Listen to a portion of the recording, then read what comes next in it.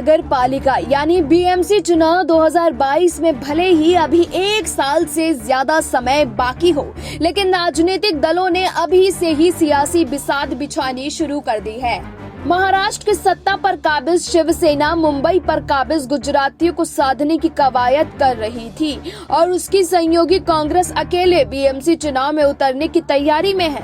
मुंबई कांग्रेस के नवनियुक्त अध्यक्ष भाई जगताप ने एक बार फिर कहा कि कांग्रेस बीएमसी के चुनाव में सभी 227 सीटों पर उम्मीदवार उतारने की तैयारी कर रही है और वो अकेले चुनावी किस्मत आजमाएगी। ऐसे में सवाल उठता है कि आखिर क्या वजह है कि कांग्रेस बीएमसी चुनाव में शिवसेना से अलग चुनावी ताल ठोकने की तैयारी में है।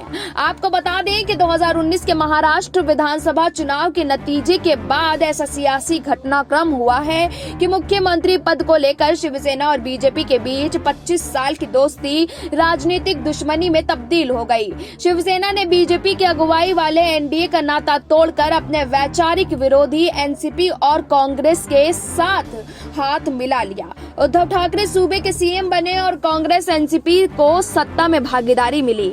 उद्धव ठाकरे की अगुवाई वाली महाविकास अघाड़ी सरकार को 1 साल पूरा हो गया है और हाल ही में 3 दलों ने मिलकर एमएलसी का चुनाव लड़ा था और बीजेपी को करारी मात देने में सफल रहे थे।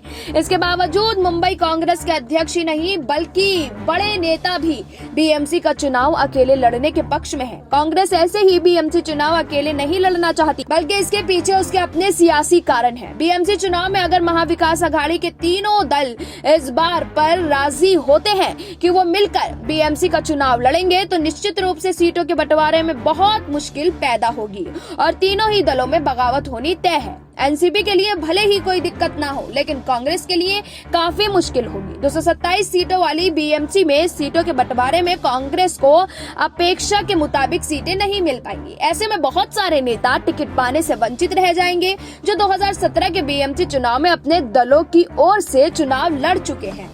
मुंबई में कांग्रेस का अपना राजनीतिक जनाधार है। बीएमसी पर भी उसके अपना कब्जा रहा है। 2004 और 2009 के विधानसभा चुनाव में कांग्रेस के अच्छे खासे विधायक मुंबई से जीत कर आए थे।